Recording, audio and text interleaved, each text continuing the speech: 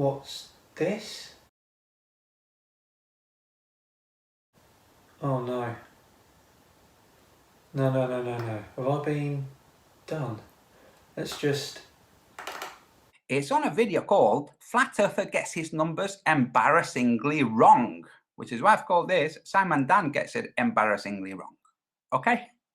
Listen very carefully. Make sure the volume's up. Simon Dan hasn't got a clue what Marty Leeds is describing. There's no way he could possibly even fathom it, okay? So he really doesn't get it. But what Marty Leeds has just said is the equinox happens on the 22nd of September. And then kind of laughs because he's just pointed something out in what he was describing. Now, Simon Dan says, oh, look at him laughing at how clever he is. So this is about Marty Leeds saying the equinox happens on the 22nd of September. Oh, bloody hell, what have I done?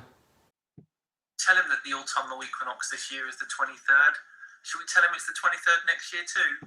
The 23rd. I said the 23rd. Okay. Hey, genius, the autumnal equinox this year is the 23rd. Can you see what it says there? Oh, sorry, that's the wrong voice for this. That says 22nd, not 23rd, 22nd. And this is, the September Equinox 2018 countdown from time and date. Oh my days, right, hang on. If I just... autumnal equinox 2018 universal time.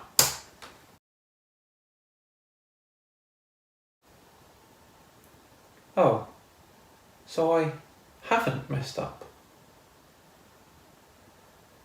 Curious that even though you live in the UK, you'd use New York time.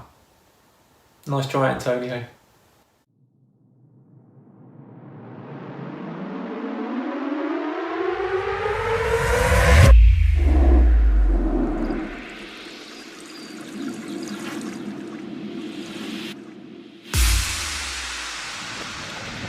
Hello all and welcome to another episode of Flat Earth Friday with me, Simon Dan. Today we are taking a look at a YouTube channel called Flat Earth Brothers. Having looked at their channel, you can see that they are serious space deniers. However, they've recently decided to have a pop at NASA over Hurricane Florence. Let's see what they've picked up. Hello everyone. I hope all of you are safe and that none of you are near this hurricane. This Hurricane Florence we're hearing so much about in the news. And I found some footage that I wanted to share. Don't want to joke about the hurricane because a lot of people are losing their homes to this thing. This is an important point and I'd like to give credit to them here. Usually the flat earthers don't take actual real people into account. For all the Americans that are watching who were near this, I really hope you all stayed safe. But I do want to expose some more lies, some fraud, and it's quite impressive. We're going to look at this, what they call high definition camera footage from outside the International Space Station. And I'm going to slow it down, zoom way in, speed it up, that sort of thing. Let you draw your own conclusions about whether or not this is real, and look at some of the destruction that's taking place along the outside of this hurricane, as well as if we zoom way in on the center of this hurricane. My main question here is why? If NASA were truly faking everything, surely they'd just leave this alone. It's a delicate subject. Why, if they're frauds, would they open themselves up to attack by faking a picture of a hurricane? One that has caused huge amounts of damage and destruction in their own country. The whole premise doesn't make sense. But before I do, I want to show you exactly how large this hurricane is. They told us that on September 12th that this thing was around 500 miles in diameter, and they sent us this picture here. I believe Donald Trump tweeted this picture out of the hurricane as it's approaching the east coast of the United States, and it was growing at this point to around 500 miles in diameter. And you can see I've measured it here. They're right. It's pretty big. But according to the NASA imagery, either A, NASA is lying, because if you compile this image screenshot it, and match it up with a globe, and look at how big it is. It's wider than the United States almost. And if you were to take that line that's as wide as the hurricane and lay it along the widest part of Earth, and Earth's diameter is around 8,000 miles, you can only fit 3 of these, which would mean that Earth is 1,500 miles in diameter. To illustrate how ridiculous this point is, here is a picture of a golf ball. A golf ball has a diameter of between 41 and 42 millimeters. Now, if I place our hurricane picture on here and match up the lines, wow, my golf ball is what, 2,500 miles in diameter now? My point is this: if I'm taking a photo of something that's close up, let's say North America on the globe, North America takes up around 60% of the perceived surface. However, if I stand back and zoom in on North America, it appears much smaller in relation to the whole surface area. Here are both pictures next to each other. Try this yourself. It's a good debunk for this. The ISS is very close to the Earth, and that is why the hurricane appears to look so big in relation to the entire Earth's surface. Trying to then compare that picture to a picture of the Earth, whereby it takes up the whole frame, simply doesn't work. Which we know that's not true. So I'm pretty sure this footage is bogus, and there's no way that the hurricane is that big. We would all know about it because right now the whole entire US would be underneath that hurricane. So quite impressive if it's that large, but let's go ahead and look at the footage and make our own judgments here. Yes, please do make your own judgments, bearing in mind, of course, what I've just mentioned a minute ago. So here's the impressive footage. When I hit play, you can see it's moving with the ISS and recording this hurricane. I thought, wow, this looks really high quality. You can tell it does look high quality. What? As in real life high quality? Isn't that funny, eh? But I noticed that nothing seemed to be moving at all. It looked like they just took a still photograph, put on the old Ken Burns cropping, and let this thing move across the screen. Nothing too impressive. And again, they claim this is from a high definition camera. So I wanted to zoom in and look at the clouds myself and see what's actually going on up close. Okay, so here's the eye of the storm. We'll look at that first. I'm zoomed in on the eye of the storm, and you zoom in. I'm letting it move by, and this is about 45 seconds worth of film, speeding it up. So you can see within a span of about 5 seconds, that 45-second clip, no movement whatsoever. None. And this is a hurricane, so we're told. And I see no movement at all. None of the clouds are moving. You can look at any set of clouds on here. If you can find one that's moving, you're better than me. You should be a detective, because I've zoomed way in on every single part of this storm and did not see one single moving cloud. Okay, the ISS orbits at around 400 kilometers up from the surface of the Earth. Clouds usually have a height of between 2 and 6 kilometers above the surface. Bear that in mind. Here is a 45-second clip of clouds condensed into a 5-second clip taken from the surface of the Earth.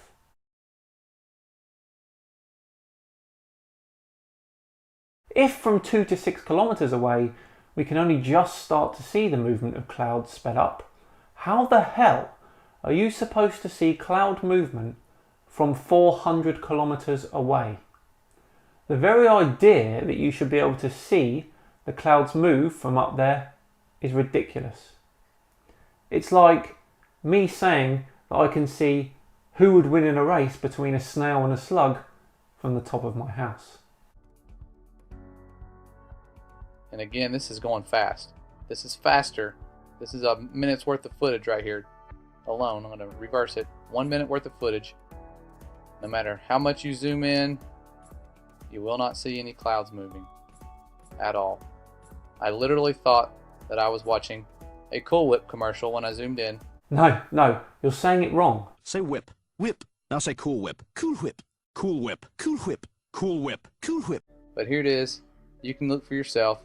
Speed it up, slow it down. I'll leave the video linked in the description. If you can spot some moving clouds, please let us know. I can't. This stuff just looks airbrushed. Hang on. You said it looked high quality at the beginning. I thought, wow, this looks really high quality. But before we go, I do want to clarify that I'm not saying the hurricane is fake. Just that the footage we are getting from NASA and our government is fake. And you think, why would they have to fake that? Exactly. Why would they have to fake that? Interested to hear his answer on that one. Well, because they don't have the tools up there that they say they do. There are things up there. There are satellites up there floating around attached to balloons. And we have proof of that. Lots of proof we can show you. But this footage here is bogus. It's not real. It was made on a computer. And that's why they have more animators than Pixar. Oh my. I love how flat earthers demand evidence for everything, but then make up a statement like that with absolutely no evidence whatsoever.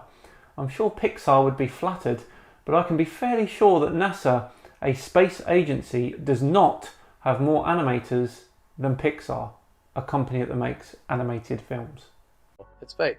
If you can prove otherwise, I would love to look into it. But I know it's fake, and I just wanted to show you that and share that with you. I wish this was real footage, because if it was, the hurricane would not be a threat. It would just be sitting there, stationary, as you see here. Oh, okay. So in order for NASA to make a fake video you'll be happy with, and one that matches reality, then we need to see violent winds and clouds smashing up entire countries from 400 kilometers away. Got ya. Sometimes, just sometimes, despite the sheer amount of flat earther videos I trawl through, even I am bemused. Well, that's another one done and dusted. Thank you all for joining me again today. Your support is thoroughly appreciated, and the comments are lovely to see as well. I've updated the t-shirt shop with some new designs, so if you're interested in that, please do check it out. I'll leave a link in the description. Have a fantastic weekend, and I'll see you all again soon. Bye bye.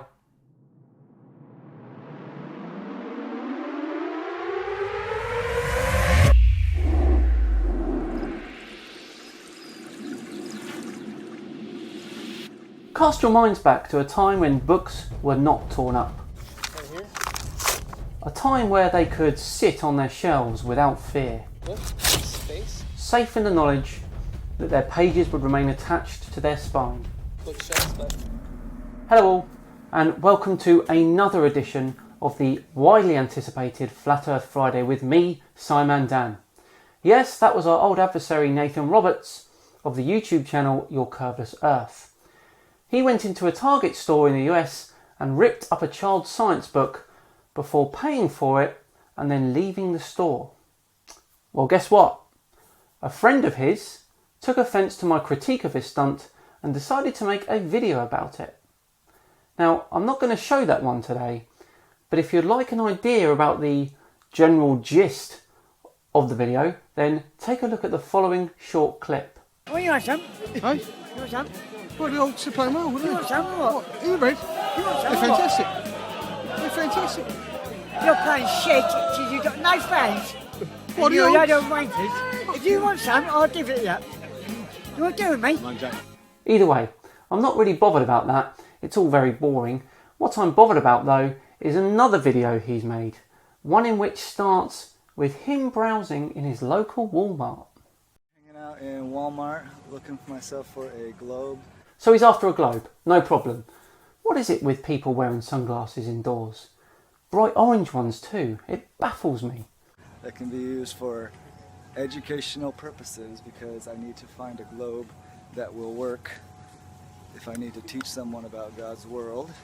And maybe I have someone who can join me here. Alexis, I have Alexis here. Would you join me? It's very quick. It's just for a little YouTube thing that I'm doing. Are you doing vlogs? Kind of, yeah. It's I've never done me and a it couple. before. Oh well, I've been I won't thinking put you on about camera unless you want, but No, that's fine. okay. That's fine. Everyone say hi to Alexis. Hey, how you doing? Hi Alexis, I'm afraid that you've walked down the wrong aisle at the wrong time. So maybe you can help me. I got to find a globe that is for educational purposes. Okay. And I've noticed that everywhere I go, all the different stores that I go to, on every single globe, it says right there, globes not meant for educational purposes. Okay, yeah, that's because odd. these are the decorative ones. Absolutely Alexis, you've done my job for me. Decorative globes are just that, for decoration. They aren't entirely accurate, so manufacturers state that they can't be used for educational purposes. Unlike educational globes, which can be, and don't have a sticker. That's great. I think if there are any ones for pardon me. Educational purposes, it would be in the stationery if we have them. Yeah, I went over there, no luck. No? See, Okay, well... because I don't need one for decorative. I wanted to, if I Yeah. want to teach someone where everything is accurately. Then buy an educational globe. It's not hard. Unless, of course, this whole thing is just a sarcastic attempt at trying to show that a sticker on the bottom of a decorative item proves the Earth is flat, because if this is the case, then poor Alexis. Yeah, totally. So I think maybe if you wanted to check it out, you could do online. If Say time hi isn't... again. Hello. Hi. Sorry. No, it's Just okay, so I don't it's hear just okay. your voice. Now, Yeah. if time isn't an issue for you, you can always check online, Yeah, and I'll you can take have a it look. shipped to the store, and you can pick it up for free. And That'd be I awesome. don't quote me on this, but I don't think you would have to pay shipping or handling if you shipped it to the store. That's even better. Yeah. If you don't mind me, one more thing. I know it doesn't really sound related, but do you know that we live on a motionless, flat plane covered by what you could call a vaulted dome firmament? And there it is, he's gone straight in for the hard sell. I can say that I'm open to all views. That's what I'm saying. I'm open-minded. Well, take a look because it's very peculiar. No, buddy, that's not what you want. Look on the shelf below. That's what you need. And No, not the shelf above, the shelf below. Put that down. oh, may God's word be true, and every man a liar.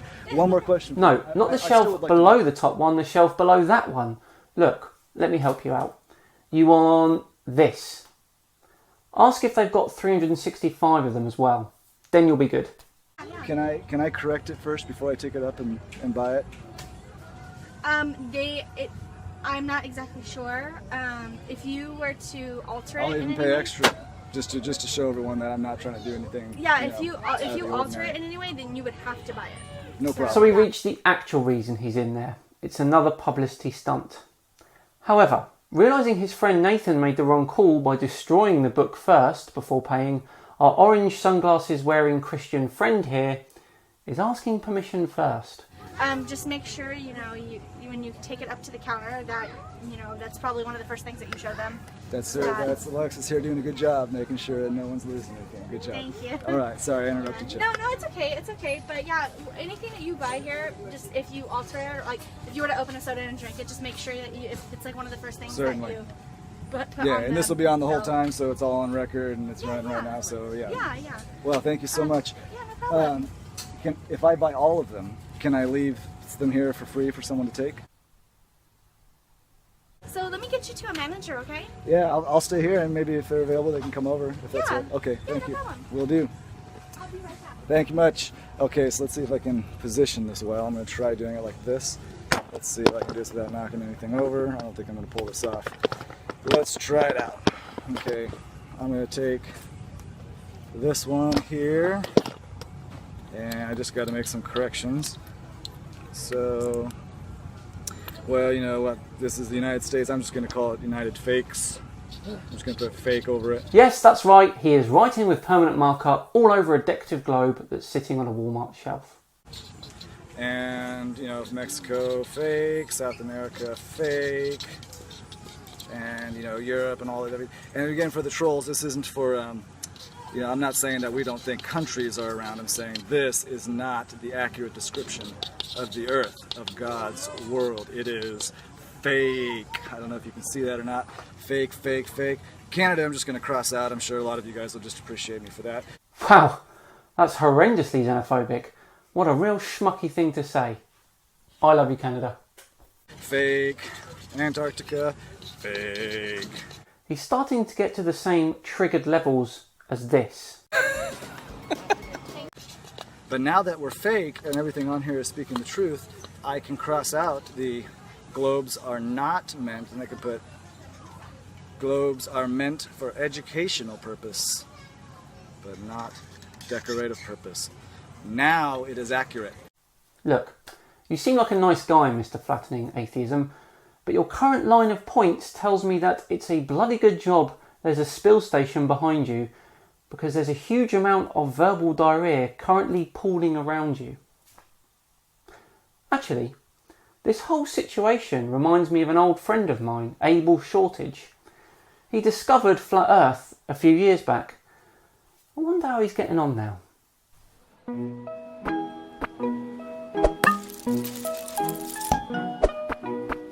This is fake. Fake. Fake. Poor old Abel. Well, here we are, leaving Walmart. I'll fill you in with an update. The managers came over and they said that I was not allowed to purchase all of the globes ahead of time and to leave them there free for people to take. Faith in humanity restored. There we go. I got my flat Earth. Oh, not my flat Earth. I got my fraudulent globe Earth, and I purchased it accurately because it's fake, false, fraudulent, from the lie. Have you guys noticed he's wearing the same t-shirt as our friend Nathan Roberts was? Do you know what they are? They're flat friends. Oh, friend! May God's word be true and every man a liar. Either we are living on a flat plane, motionless, with a vaulted dome called the firmament over our heads, and the globe is a lie, as it says. So may God's word be true and every man a liar. Or the globe is the truth, and we are living on a globe as it says. And then on the same sticker it says, nope, lie. Or the world is a globe, and companies that sell decorative globes are just pointing out that they're just that, decorative. Not for educational purposes. What other possible use could you have for a globe? Who would ever be looking at a globe and not doing it trying to figure out information, trying to figure out how far something is away? Yep, the distance between Australia and New Zealand at the closest point is 836.21 miles. Or trying to explain where the countries are. It's all for educational purposes, of course. We were told that the globe, getting my keys out, give me a second. We were told that the globe was the accurate model, and it was crammed down our throats every year in our Freemason child prison public schools, that the flat maps were wrong, and the flat maps were distorted because we had to make them that way so that it would show up properly on a globe, on a real globe, and all of our teachers said, this is what it actually looks like. It's a lie. May God's word be true, and every man a liar. God bless you all. We'll see you again. Hang on, forgetting the blatant sexism of the Bible for a second, you're a man, so by your own admission, you're lying. Thank you and good night. Well, there we have it. Is there a better way to spend your time than watching a man deface a decorative globe in a Walmart? In short, no. Thank you all so much for watching. If you enjoyed that and you'd like to see more, then please do like and subscribe. I have been Simon Dan, and I shall see you all Tuesday. Bye bye. Before the start of today's episode, I just want to say thank you to Antonio Subrats, who made a valiant attempt at debunking my Antarctic circumnavigation video. Honestly, it was a very thorough and comprehensive effort. He talks about the speed of yachts and how they can traverse the waters of the Southern Ocean. They can't lie about the time it takes, about 100 days. So if this was the case, then their constant 24-hour-a-day speed would have to be 32 miles per hour. You tell that to any sailor and they'll laugh in your face. Then their constant 24-hour-a-day speed would have to be 32 miles per hour. Speed would have to be 32 miles per hour. Speed would have to be 32 miles per hour. Speed would have to be 32 miles per hour. And tossed it all together with a load of word salad. However, after a few exchanges in the comments between him and I, Antonio fell into what I can only describe as an absolutely massive black hole of shame. Unfortunately, he removed all the evidence of this, but luckily, I've still got it. Antonio, how can a guy who says this... The majority of the people who are listening to him, that are globe believers, are mentally retarded. also go on to say this?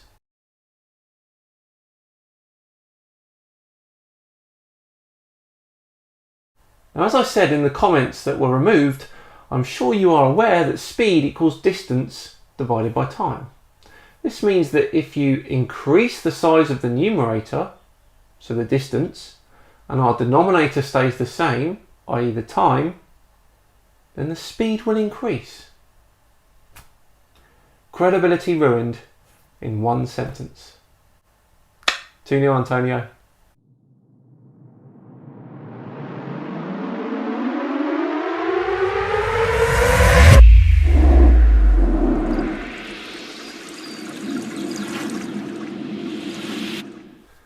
If you are a fan of the Flat Earth Fail compilations, then today is a good day for you.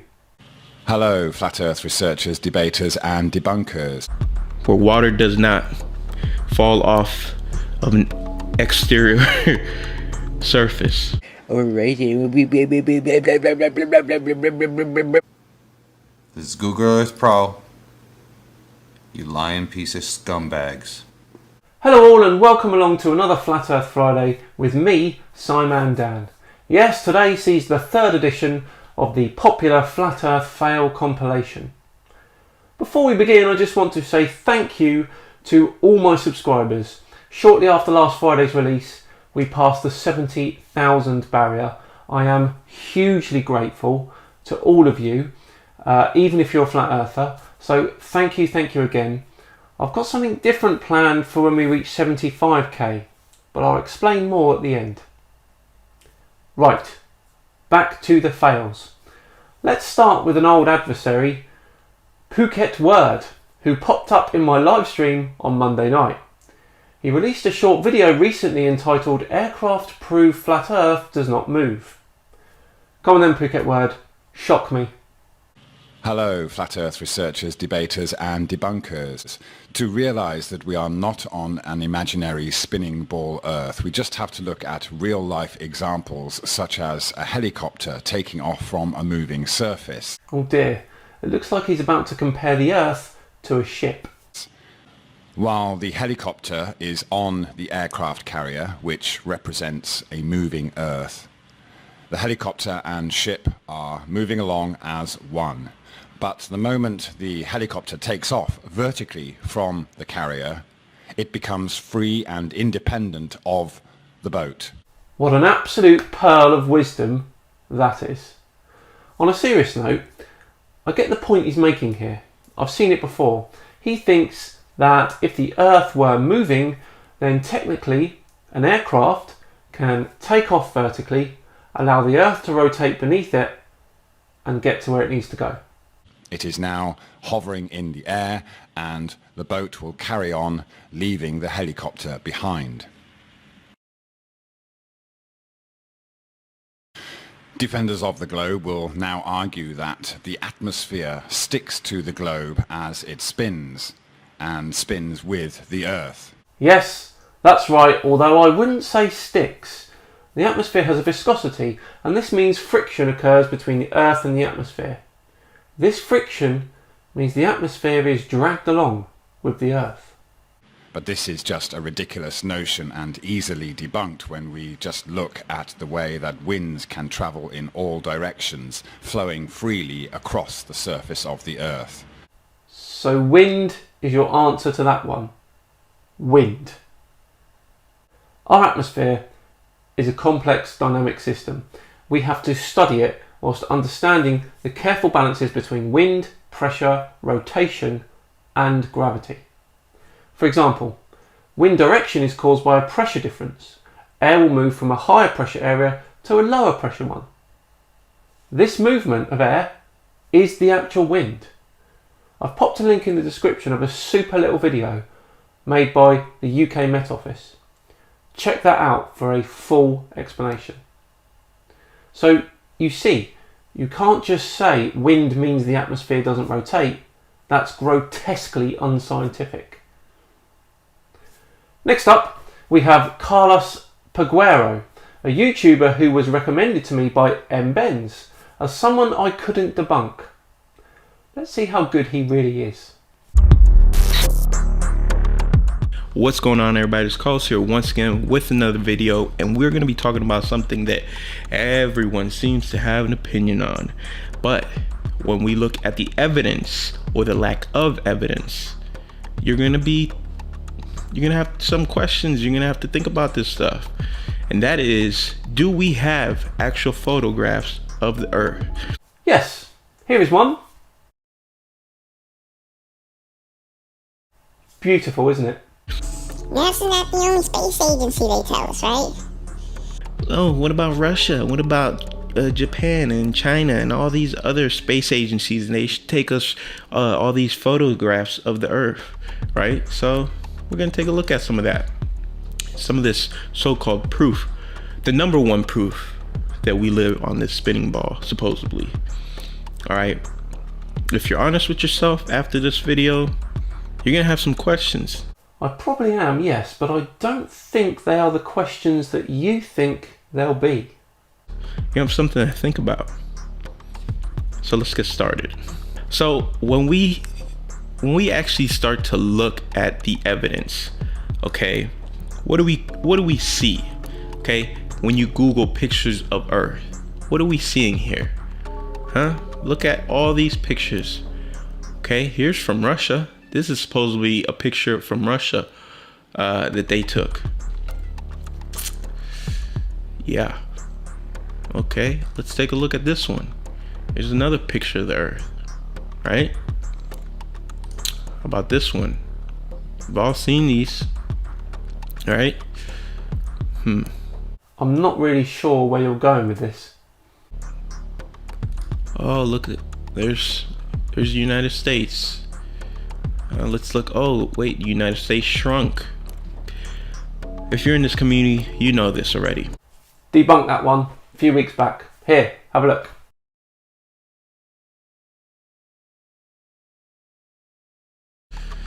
All right. How do we know all of these photos or images are just that, images and not photos, and they're not real? How do we know that? There's something huge missing besides the stars and the Milky Way galaxy.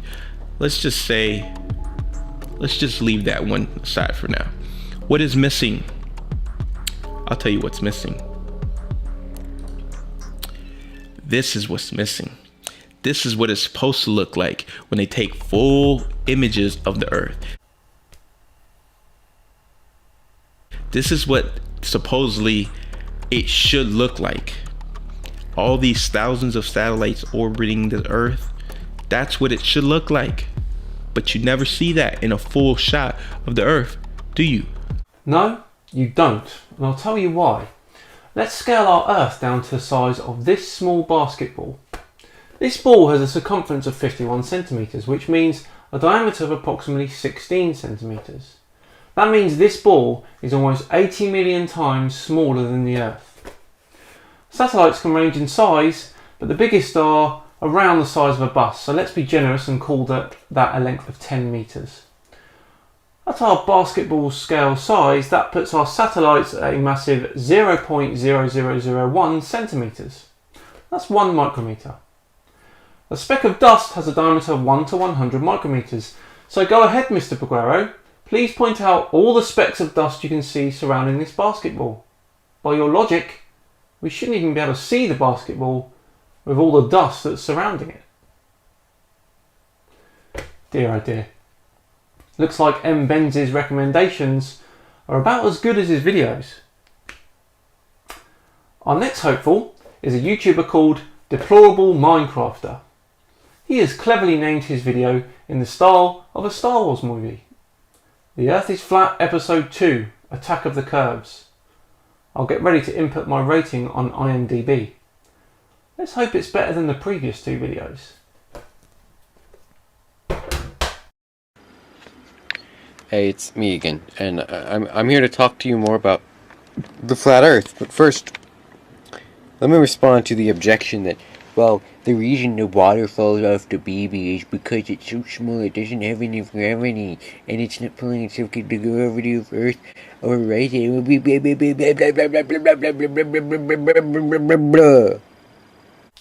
Are you okay? Okay, sure, okay, fine. And I'm sure that also an object in motion can stay in motion unless an outside force acts upon it. Sure, okay.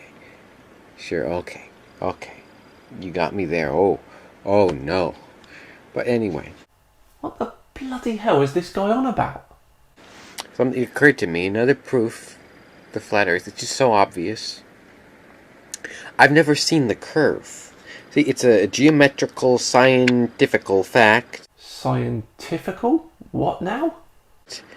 That when you stand on a curve, when you stand on a sphere, you look out, you can see the curve. You look out, there's a curve, and so you know you're on a sphere because you see the curve. I don't see the curve, so there's no curve. If I were on a sphere, I'd be able to see it. We're not standing on a beach ball, buddy. The Earth is big. Very big. So big that it's difficult to see a curve at ground level. But, I mean, when you go down, do you fall off? Like, in Antarctica, why don't they just fall off the bottom? Anyway. Yes, I'd leave that one alone if I were you. You're going to tell me gravity as if that's a thing. Whatever. What? This is just a meme? You're not serious? Oh man, I've been done there. Let's move on, quickly. Our final video has been made by the YouTuber Flat Earth Data. Apparently this is a 1-minute globe debunk. Why be Eric Dubay and make a 2-hour video with 200 proofs that the Earth isn't a ball when you can be Flat Earth Data and debunk it in 1 minute? This will be an interesting one. Run the tape. I'm going to show you how stupid you are. Wow. Okay. That started quickly, didn't it? So let's clear this. See this line here? I'm going to do the test here. Watch this. Let's go up here, do some measuring. Let's pick a point. Here's the point right here. Let's say it doesn't matter. Let's put a 90-degree curve. Let's make sure we're going 90 degree. Okay? Here's 90 degrees, right? Let's say let's go up. There's a 90-degree distance. Okay? 90 degree. Now we're going to go from this point and we're going to go 270 degree because technically if we went 270 we should go right back to the other way. Well, here we go. Let's just save this one. Ready? We're going to go from this point again. Let's go up to here to measure. Let's start at this point here again and let's aim 270 degree. What's going on? Is it lining up? Let's just see. Oh, it's not lining up. Why is that? Oh, I don't know.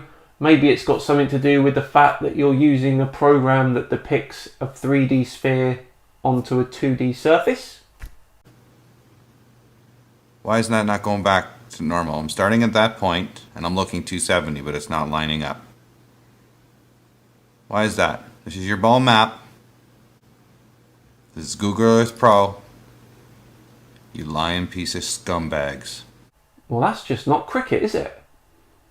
Okay, come on. This is another classic case of a flat earther getting a result for something and then not understanding that result before going on to conclude that the Earth is flat.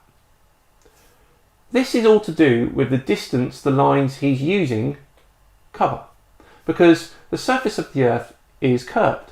The longer you make these lines, the greater the difference between the two of them. If we do the same test on a smaller area, one in which the curve is not noticeable, look what happens. This line is only 10 miles long, so we head in a direction of 90 degrees, then head in the direction of 270 degrees, and bingo, the lines are the same. 1 minute globe debunk. Pfft. Right, that brings another Flat Earth Fail compilation to a satisfying end. I hope you all enjoyed it. As I mentioned at the start of the video, I have something different planned for a 75,000 subscriber video. I've set up a subreddit, the link to which will be in the description, and I'd like you all to post in there your funniest and original and most original Flat Earth memes. I won't look in there until I film, and I'll spend 15 minutes or so going through them. Hopefully that will work. Thank you all as ever for watching. If you enjoyed it, then please do like and subscribe. I'll see you all on Tuesday, where apparently the US is not as big as we are told.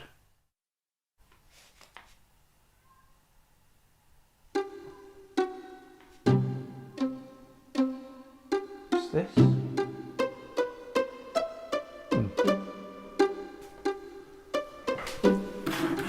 I'll show that, Antonio.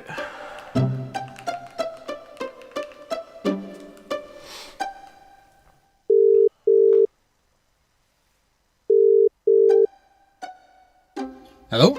Oh, hey buddy. It's Simon Dan. How you doing? Oh, hello mate. Yeah, I'm really good, thanks. What can I do for you? Yeah, I'm calling about the yacht actually. I've just seen it in the paper. Ah, yeah, you mean Horizon Hunter? Yeah, she's real beaut, mate. Why, you interested? Yeah, I might be. Just got a couple of questions. Sure, fire away. Cool. So, how old is it?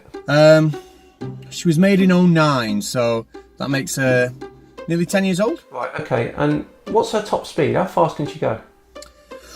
Ooh. I'd say if you wanted, you could get 35, 36 miles an hour from her. Hello? Dan?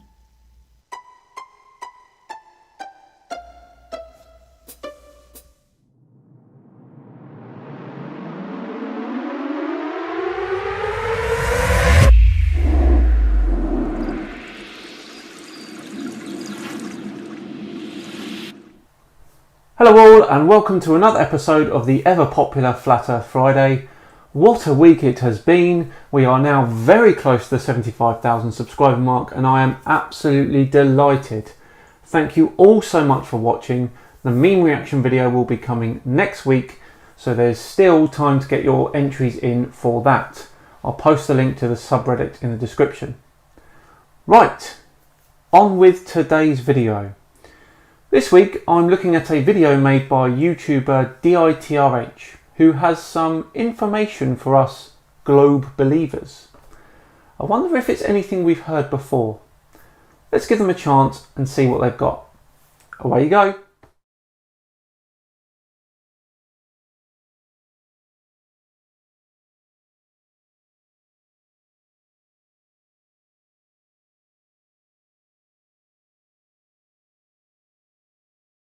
Oh, it's this one. Okay, let's look at this properly. Yes, the Earth is spinning at over 1,000 miles per hour at the equator, but what is its angular velocity? Because that's what we need to concern ourselves with. After all, angular velocity is the rate at which something rotates around a chosen centre point. For Earth, that's 360 degrees in around 23 hours, 56 minutes and 4 seconds. This gives us an angular velocity of 0.004 degrees per second. That looks like this.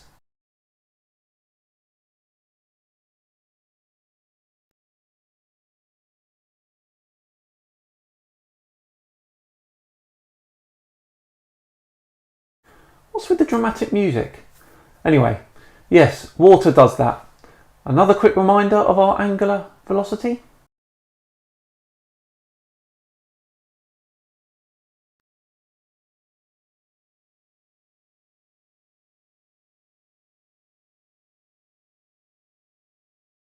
No, because the Earth doesn't spin that fast.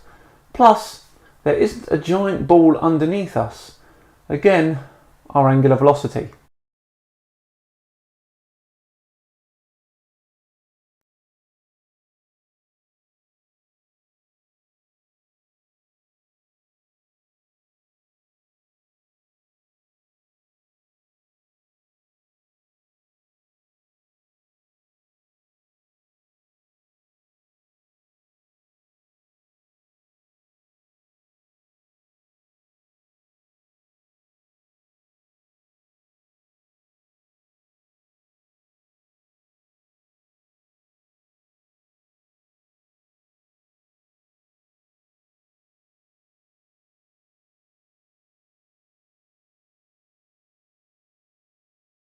And are either of these examples showing angular velocity?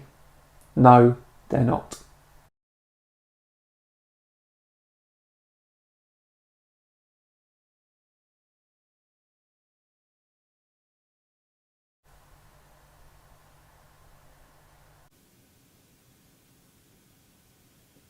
He's right.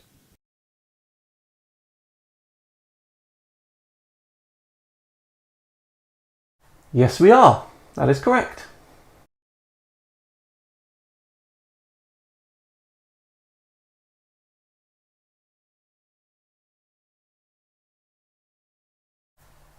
So?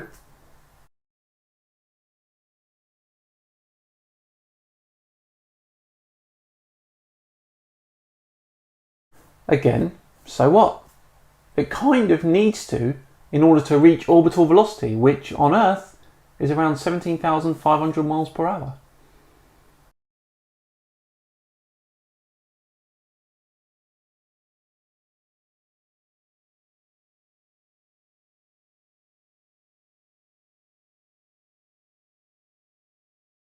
Comparing the velocity of man-made objects to that of the velocities involved in celestial mechanics is an exercise in futility. You might as well compare the size of your finger with the Atlantic Ocean.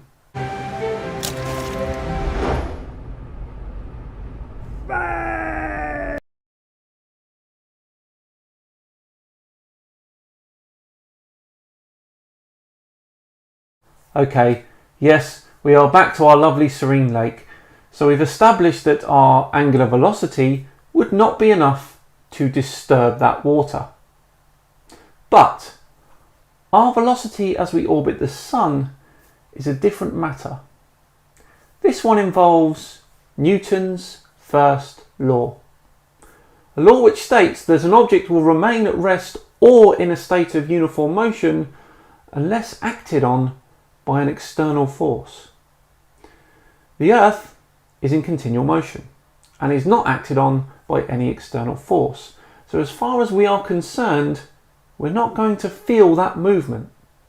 It's very similar to how these objects can remain undisturbed on a train travelling 350 kilometers per hour.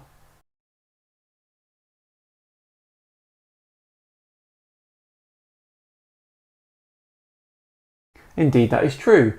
At its fastest, Earth orbits at approximately 67,780 miles per hour, and its slowest 65,540 miles per hour. That's an acceleration of 0.06 meters per second squared. Ooh, yeah, I love that ride.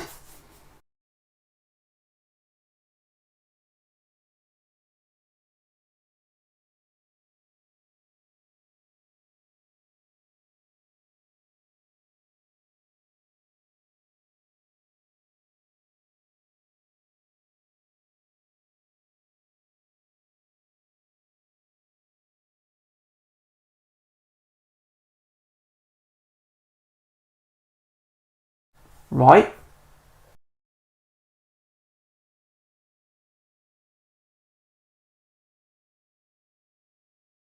Okay.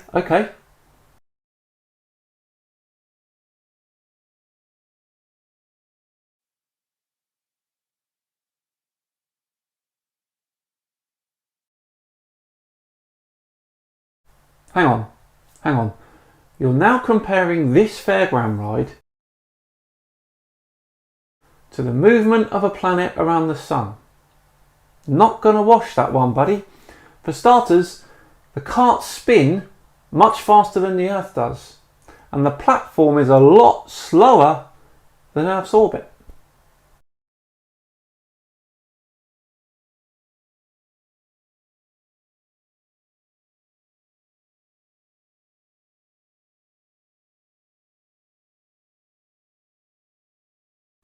Wow, Mach 640.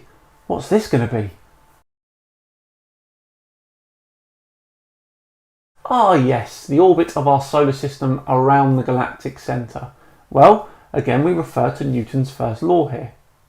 It's a 230 million year orbit, that one.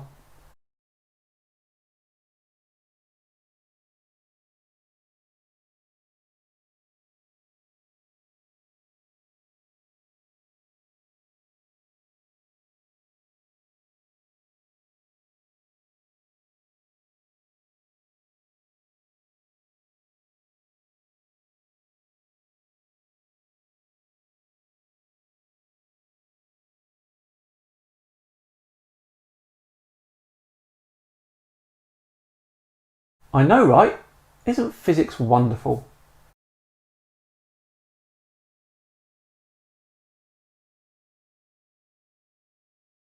Why wouldn't they? They are all orbiting at the same speed as us.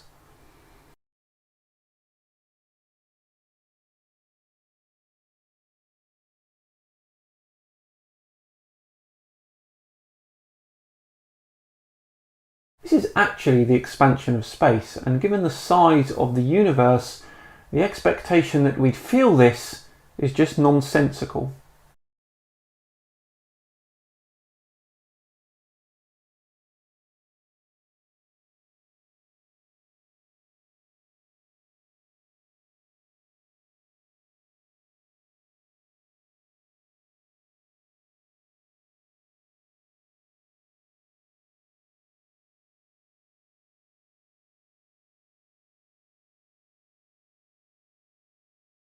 Planet! Yes, I agree. Glad we could finally get that sorted. Right, that wraps things up quite nicely. Thank you all very much for watching. Please do like and subscribe if you'd like to see more. I think there's just enough time to say a quick happy birthday to Calvina. Have a great day. I have been Simon Dan. As I said before, next week will be the 75,000 subscriber special. No, I made this booking over 3 weeks ago. You can't just change it with an hour's notice. I don't care if Jenna's off sick today. I'm recording this afternoon and I need everything to be perfect. Is Maria free? Bloody hell. Cheryl? What do you mean they look perfect anyway? Right, I'll tell you what. Just forget it. I'm going to make sure that you don't ever touch another set of eyebrows this side of the Thames. Yeah, you too.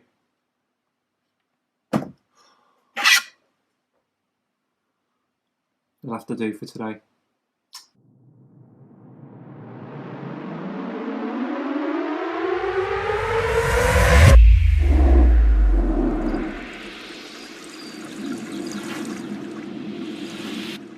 When flat earthers come and invade my comments section, there is one name that pops up the most as a formidable opponent.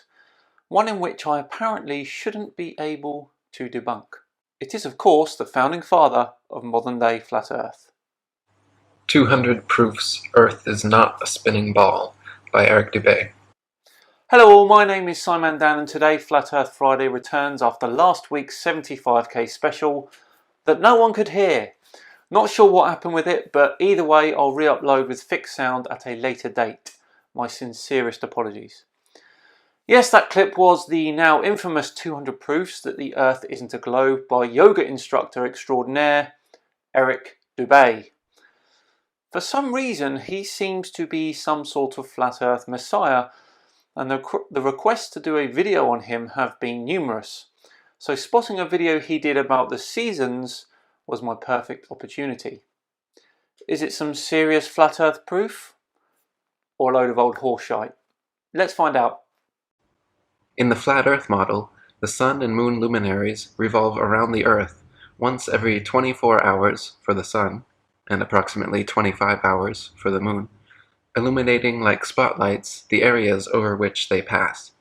It appears Mr. Dubay is one of the flat earthers that actually subscribes to not only a flat earth map, but also a model. This is important because it means straight away we can infer that he doesn't have a single clue about what he is talking about. The Sun's annual journey from tropic to tropic, solstice to solstice, is what determines the length and character of days, nights, and seasons. This is why equatorial regions experience almost year-round summer and heat, while higher latitudes north and especially south experience more distinct seasons with harsh winters. So the seasons are caused by the Sun periodically moving closer and further away from the North Pole. Right, okay. This photo is of a solar analemma, taken at exactly 7:30 AM from the exact same location all year round. If your confident explanation of the movement of the Sun is correct, why then does the Sun not change size throughout the year? Surely if the Sun is physically moving away from you as the year progresses, it should look smaller, should it not? I'll give you a clue as to why it doesn't. Because your explanation and your model is wrong. The heliocentric model claims seasons change based on the ball Earth's alleged axial tilt and elliptical orbit around the Sun. You mean a model that would show the Sun being in different locations in the sky at different times of year, yet would also mean it stays the same angular size? Well, wouldn't you know?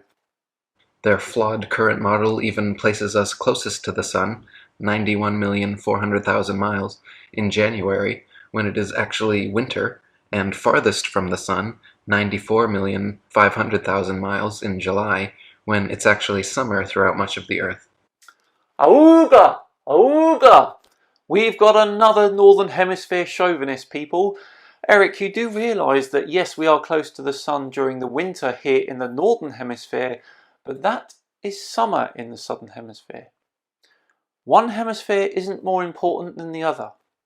Besides, the notion that temperature changes here on Earth is related to the minute difference in our distance to the Sun is simply laughable. They say due to the ball Earth's tilt, different places receive different amounts of direct sunlight, and that is what produces the seasonal and temperature changes. This makes little sense, however, because if the Sun's heat travels over 90 million miles to reach the ball Earth, how could a slight tilt, a mere few thousand miles maximum, negate the Sun's 90 million mile journey, giving us simultaneous tropical summers and Antarctic winters? I often accuse flat earthers of two-dimensional thinking. I'm not going to do that today. I'm going to accuse him of one-dimensional thinking. If I was to shine a torch directly over a given surface, almost all of that light would be concentrated in a single spot. Now, if I was to shine that torch at a shallower angle, the same amount of light would be spread over a larger surface area. That means you would be getting less energy hitting the surface per square centimetre. Let's now apply that to the Sun. During the summer solstice here in the UK, let's say London, the Sun reaches an altitude of almost 62 degrees. During the winter solstice, that altitude only reaches 15 degrees. That is a significant difference. In fact, during the summer here in the UK, we receive over twice the amount of solar energy per square metre. Now, what sort of a difference is that going to make to the local climate? Thomas Winship said, "The Earth is a stretched out structure which diverges from the central north in all directions towards the south. The equator, being midway between the north center and the southern circumference, divides the course of the Sun into north and south declination. The longest circle around the world which the Sun makes is when it has reached its greatest southern declination. Gradually going northwards, the circle is contracted. In about 3 months after the southern extremity of its path has been reached, the Sun makes a circle around the equator. Still pursuing a northerly course as it goes round and above the world, in another 3 months, the greatest northern declination is reached, when the Sun again begins to go towards the south." So I guess the biggest question here is, what drives the Sun to do this? What powers it? What makes it stop moving north and then decide to move south again? This is a major physical phenomenon that I have never, ever seen explained. I wonder why. When the Sun is south of the equator, it is summer in the south and winter in the north, and vice versa. The fact of the alternation of the seasons flatly contradicts the Newtonian delusion that the Earth revolves in an orbit around the Sun. Well, it doesn't though, does it? Because during the summer in the Northern Hemisphere, when we are one side of the Sun, the Northern Hemisphere is tilted towards it.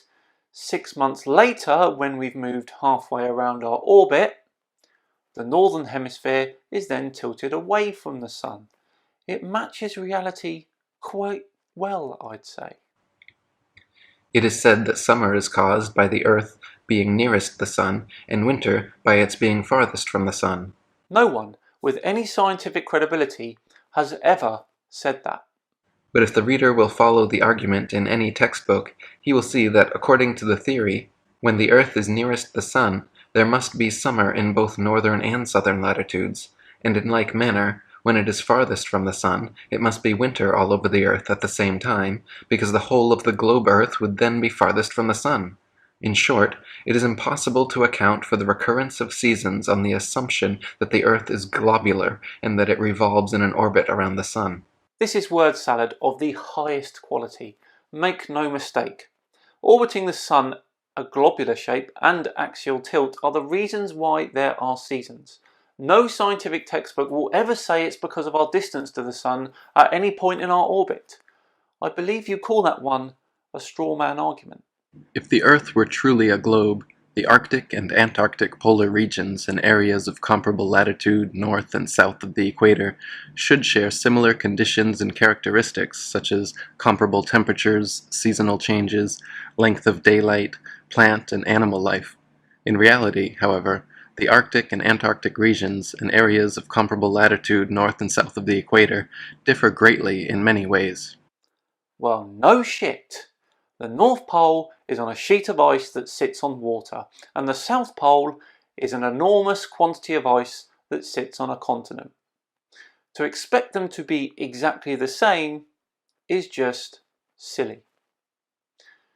He rambles on more about the differences between the Arctic and the Antarctic regions, and that there shouldn't be any differences at all if the Earth was a globe.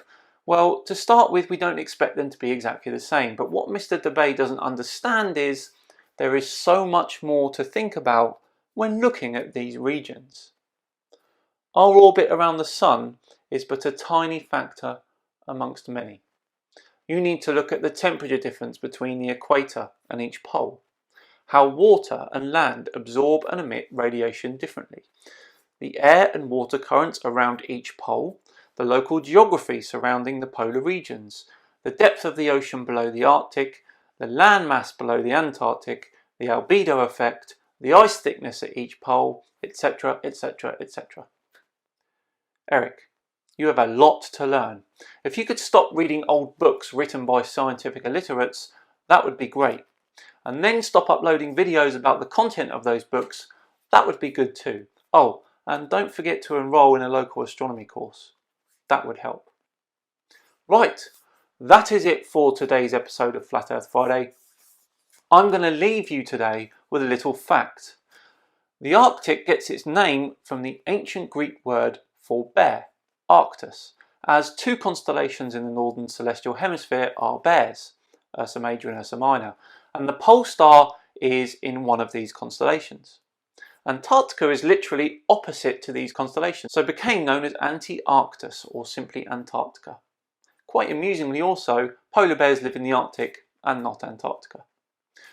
Thank you all for joining me. Please do give this video a like if you enjoyed it, and please do subscribe if you haven't done so yet. On Tuesday, we'll finally be looking at evolution, but I'll see you all before that on the live stream. Sunday night, 9 PM Greenwich Mean Time. It may not come as a surprise to you all, but I enjoyed school. Well, apart from that time I had my scarf cut up by a guillotine, but other than that, it was great. Loved it. So, when I come across a video made by a successful Flat Earth YouTuber with this title, I was mortified. Could it be that my education has been a complete lie?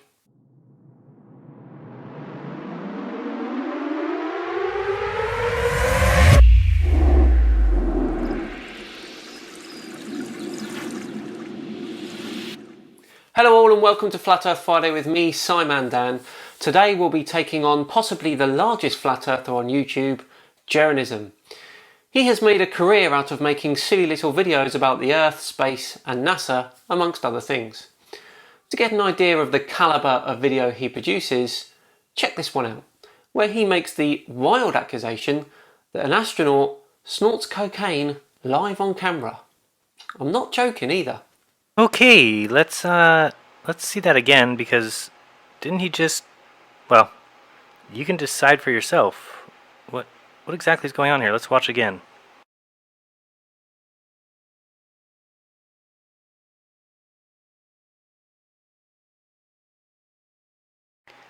Alright, maybe we need to hear the sound again? Not sure, what is he doing?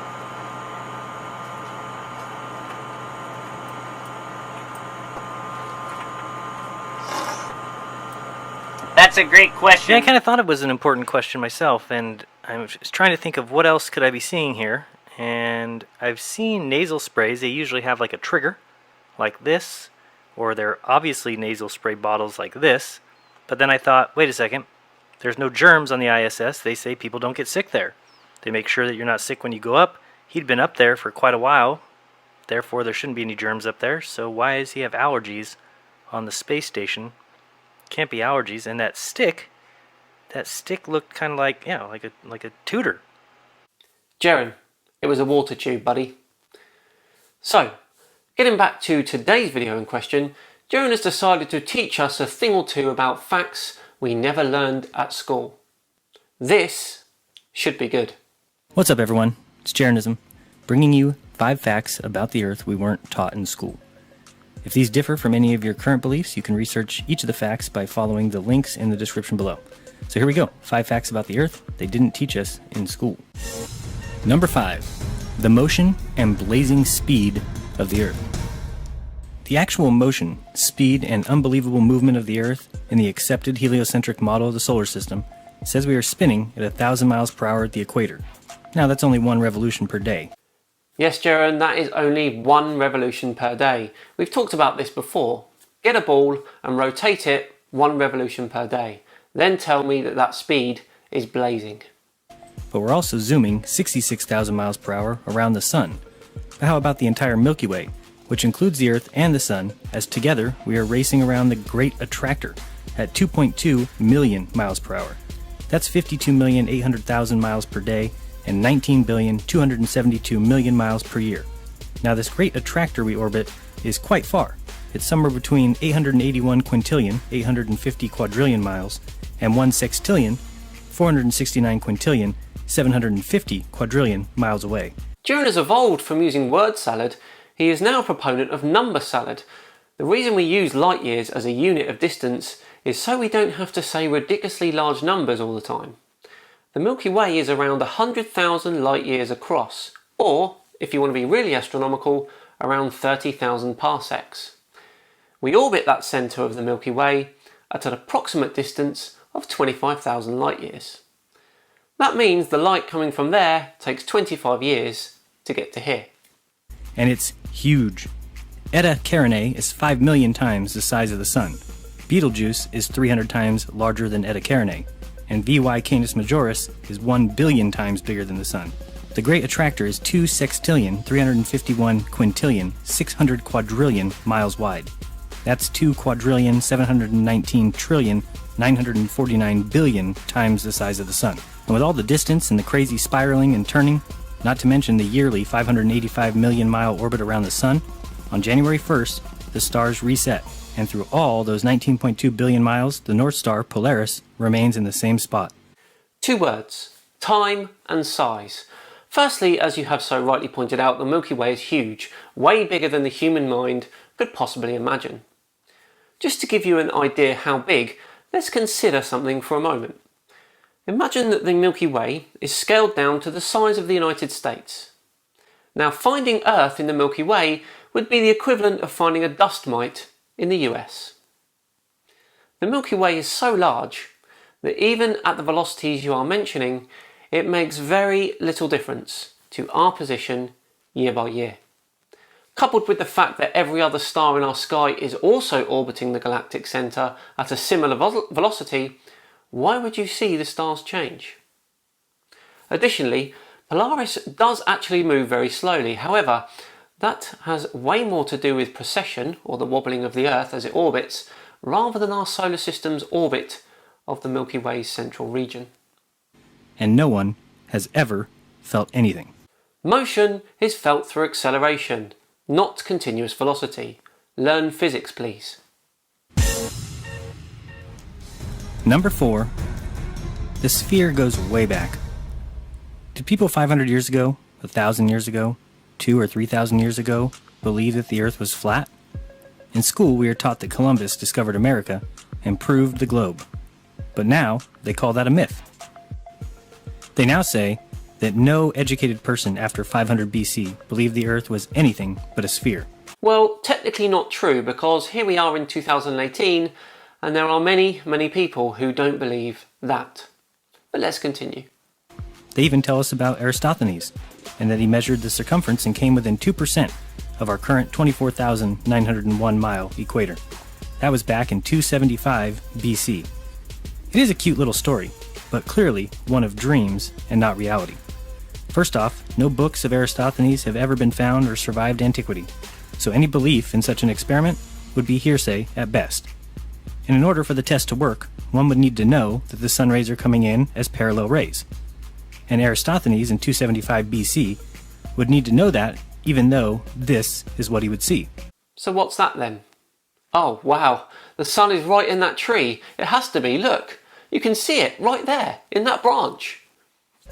And even if he did know that the sun was extremely far away, then he would also have to believe that this infinite sun went all the way around the Earth in 24 hours. Anyway, it's a nice little story, but it's untrue. In fact, Flat Earth must have been around, considering we have maps for ages, but the oldest globe we have is 1492. Yes, they knew the Earth was a ball back in 275 BC, and just waited about 1800 years to ever try and make a model of the Earth on a sphere. Our survey said... Jaren, you've been caught with a fake fact, buddy. That's your first strike. The earliest known globe to be produced was made by Crates of Malos. He devised a globe representing Earth in 150 BC. Dear oh dear. Number 3, the old Coriolis wives' tale. The Coriolis effect was definitely overblown to epic proportions when taught to our growing minds in grade school. Despite what we were taught, and despite what swindlers at the equator might show you, water in toilets or tubs does not go down the opposite way in the northern and southern hemisphere. This one is actually true. There isn't really definitive proof either way to confirm this. In fact, this force would be extremely small and hard to see, especially with other forces which always exist. You would first need to distinguish the direction of deviation caused by the Coriolis force operating on its own, and the direction of rotation when other forces are present. Both directions of rotation are evident in both hemispheres, depending upon whether the flow is around a high pressure area, pointing radially outward, or a low pressure gradient pointing radially inward. And please remember, there is no preferred coordinate system when talking about the Earth. Once you adopt a coordinate system, one gets a bunch of forces with it. And when you shift coordinate systems, some forces vanish and others appear. In an inertial coordinate system, there is no Coriolis force. In a rotating one, there... Word salad of the most intricate variety. No matter what you say, you cannot get away from the fact that storm systems in the northern hemisphere rotate anti-clockwise and storm systems in the south rotate clockwise. This has been well documented for decades. If you really want to ram the point home, then take a look at Jupiter through a telescope. Jupiter has the fastest rotation in the solar system. You can't help but notice the huge belts in the different hemispheres, showing a clear division between wind direction. Number 2. The spin of the Earth has never been proven. Never. The spin of the Earth has never been proven. In fact, many tests have shown the opposite to be true. The Michelson-Morley experiment was set up to prove that heliocentricity was true. Our survey said... Oh man, 0 for 2. The Michelson-Morley experiment was set up to detect the presence of the hypothesized medium, the ether. They believed it was a medium that allowed light to propagate through it. The experiment failed. Einstein showed why in his special theory of relativity. You cannot use this experiment as proof that Earth doesn't move. In fact, these tests proved, much to the dismay of Michelson, that the Earth did not move and was stationary. No, you're not listening. I just said you can't conclude that. In 1729, James Bradley proved that the ether is not carried along with the Earth. In 1913, Sagnac proved that there was an ether, which destroys relativity, which says that there is no ether. Interesting that you've omitted the point that special relativity predicted Sagnac's results 2 years prior to his experiment. Sagnac's experiment was similar to Michelson and Morley's, except he rotated the device during the test. I shall post a link in the description as to why this didn't prove anything, as it's very lengthy and complex. And lastly, number 1, 'tis the season to be folly. The seasons, as explained by heliocentrists, are extremely flawed. If our seasons do in fact come from the tilt of the Earth as we orbit the Sun, then there's quite a few things we'd expect to see that we don't. First, during the southern summer, it is the rays hitting the north at a greater angle, and the south getting more sun, hence it is their summer. But why then is there a frozen continent at the bottom of the globe, while in the north there's nothing but a pool of water? Oh boy. The Arctic Ocean has an all-year-round ice sheet covering it. The size changes greatly depending on the summer or winter, but it is always there. It is not a pool of water.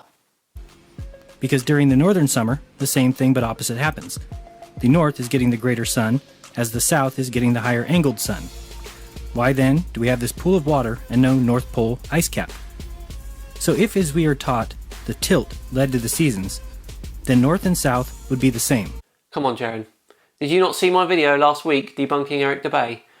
Please go check that out. I'll pop the link in the description for you if you haven't seen it yet. Also, we would expect to see hotter temperatures on Earth in the south. Why, do you ask? Well, there's a little known fact in the heliocentric model that the Earth is actually closer to the Sun during the southern summer. Yes, that's right, if you live in the north, during your winter, the Sun is closer to the Earth. By how much? By 375 Earth diameters. This is a well-known tactic by flat earthers. They try to use something that you comprehend to be large, i.e. the diameter of the Earth, and then they say a lot of them, and that's supposed to make some sort of a difference. Well, yes, 375 Earth diameters is a lot, but how many Earth diameters can fit in between the Earth and the Sun? Almost 12,000. So really the difference in the distance to the Sun changes by around 3%. That makes almost zero difference. So we should see signs that the south is slightly warmer than the north. Well, do we see any signs of this 375 Earth diameter difference? The south has a frozen continent. The north does not. That's because there's a landmass in the south, there isn't one in the north. Talk about pointing out the obvious. The north has 14 of the hottest 15 temperatures of all time. Is that because almost 70% of the landmass is in the northern hemisphere, maybe? Lastly, let's take a look at the difference between 70 degrees north and 70 degrees south. Virtually, they should be close to identical. If anything, the south should be slightly warmer and more nurturing for life. We should see comparable temperatures, seasonal changes, length of day, plant and animal life, and the fact that there is so different of a selection of animals and plants tells us the globe model has major faults. In the north, we get warm summers. The southern summer does nothing to change Antarctica. The south has eternal winter, and the snow never melts.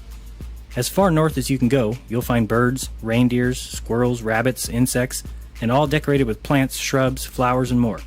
Within 70 degrees south, no plant, insect, or bird is found. Our survey said... And there's the hat trick. Hey genius, you've just said that no bird is found at 70 degrees south, and your screen is showing a bird that lives at 70 degrees south. Emperor penguins live and breed between latitudes of 66 and 77 degrees. Wow, that was a good one, and a lovely way to wrap up today's episode. Thank you all so much for watching. We are well on our way to 100,000 subscribers, and I am absolutely delighted. Keep an eye out on the community tab of the channel, as I'll be posting a poll up there soon so you can vote on the 100k special. Thank you all again. If you enjoyed this video, please do like and subscribe.